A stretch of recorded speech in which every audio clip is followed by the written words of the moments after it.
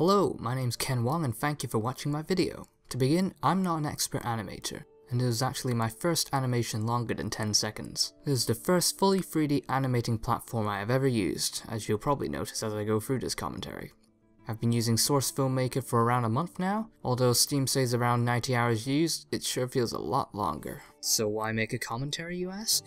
It's because I wanted to share how I started off and some of the things that I learnt by trial and error, and sincerely hope that it would be some help for any newcomers to Source Filmmaker. It's a great program, still in beta, so give it a chance. So with that, the first thing I would suggest to do is to watch all of the Valve tutorials and Jim Merlin's tip of the day. I watched around half of Jim Merlin's page for advice. As you can see, I have it all bookmarked and ready for reference. I'll pop it in the description with details of the problems I found and any other interesting links.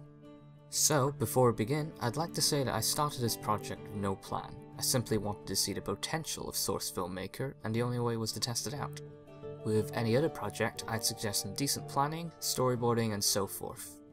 In any case, these were the steps that I took, and will be the rough structure of this video. Poses in basic camera, animation, lighting, more cameraing, timing, sound and timing again, and I guess rendering will be a full topic on its own. And thinking about it, that's quite a lot to cover. I might make 2 parts to this, so stick with me if you think you'll find it useful. Alright, introduction's over. Let's get with the animation. So let me open an older version to show you how it all started off. Pose to pose animation. As I scrub through here, you'll notice that everything is choppy, and that's the basics of this technique. To pose each pose and let the program fill in the in-betweens using round. Of course, the computer isn't clever enough when you want to make detailed motion, so you'll have to make sure you pose any subtle changes and movements. So from here, I have my detached rig, and I'm selecting the portion of time that I want to round. To attach the rig, right-click the model and select Rig, and then Rig Biped Simple. This turns the model into a more simpler form. Select the correct shot that the scene is in. You can double check the motion lines in the timeline to see if you're aligned correctly. Scroll down the Procedural tab, and adjust round to its maximum. The more roundness, the more direct the transition between one pose to the other. The orange modification layer means a change has occurred. Press Enter to save the changes. Congratulations, you've learned how to animate, but be careful of certain joints that may look fine during a pose, but awkward during motion. The knees and elbows were particularly a problem. The most influential joint that I've manipulated the most is the pelvis, which is connected to everything, which actually inspired me to make a jump scene. Just look what happens when you flail it around. You could easily make up a dance. Alright, so with that, let's go on to preset animation. When you right click here and in import, you'll notice that the options are grayed out. This is because you need to detach the rig which you applied. So go to Rig and detach the rig. Then right click and select Import Sequence. Select from the drop down menu a sequence and adjust the dials accordingly. You can even mesh 2 sequences together. So let me try a standing motion to be the primary sequence. Apply a weird jump scene here. You can decide how much influence you want the preceding clip to have. Experiment and play with it. Though I'm not sure why some sequences start off from a different axis. Oh, I forgot to tell you the story about the whole lamp on the head thing. It wasn't planned at all initially as I just dived in. I chose the robot model because I've not played Team Fortress 2 for years now, and it looked pretty neat. Unfortunately, I chose the model with 0 facial feature modification. I'm not sure there is one, but I know with standard TF2 models there are 2 versions, one with facial control and one without, so watch out for that. Anyway, I wanted some blinking lights at least to show some form of expression. So I imported a lamp model, and discovered SFM problem number 1. You cannot scale. My greatest nightmare because I'm having so much problems with importing models from Maya. So let me show you an example of how to lock objects onto your model, like how I locked the lamp on its head. I'm just going to choose a lampshade here.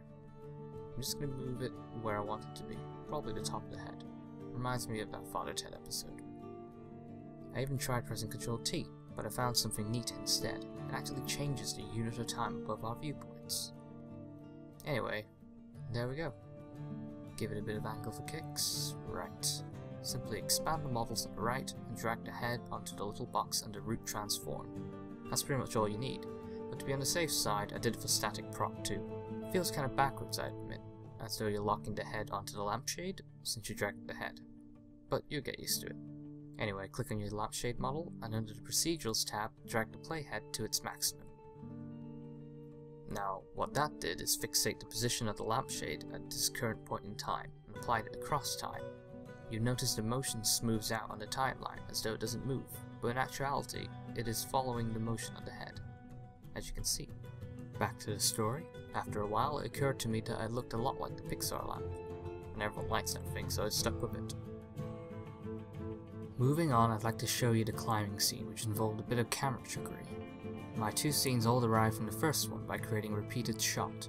I'm going to just blade this one to avoid a time problem, and increase the shot duration. Then whilst holding Alt and Control, I'll move the edge to the right to warp through time and to the past. Unfortunately, I did this step before I applied any motion, so effectively I had to animate 3 times. At least it showed variation. Anyway, the tip here is to use your cameras to your advantage. Positioning can alter perception. Also, I'd like to point out the joint that I'd forgotten for half the project was the collarbones, which were extremely useful when the hands couldn't reach the bars of the ladder. Now this is one of Source Filmmaker's shining features. Lighting. See what I did there? Never mind.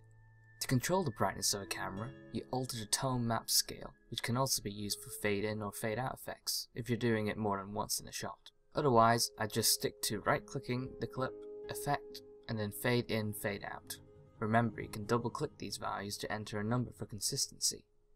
So lights, you can move them just as you can an object, but it automatically sets to where your current camera is facing, and because of that, I was tricked into thinking it couldn't move.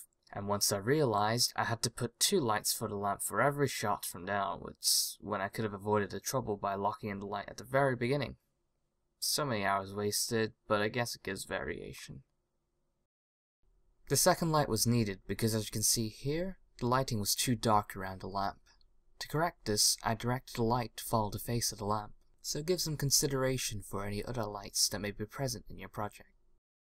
Alright, we're about hitting the 7-minute mark, where our attention span starts to wane, so if you're still interested in listening to me yammer, and are finding it useful, please tune into part 2.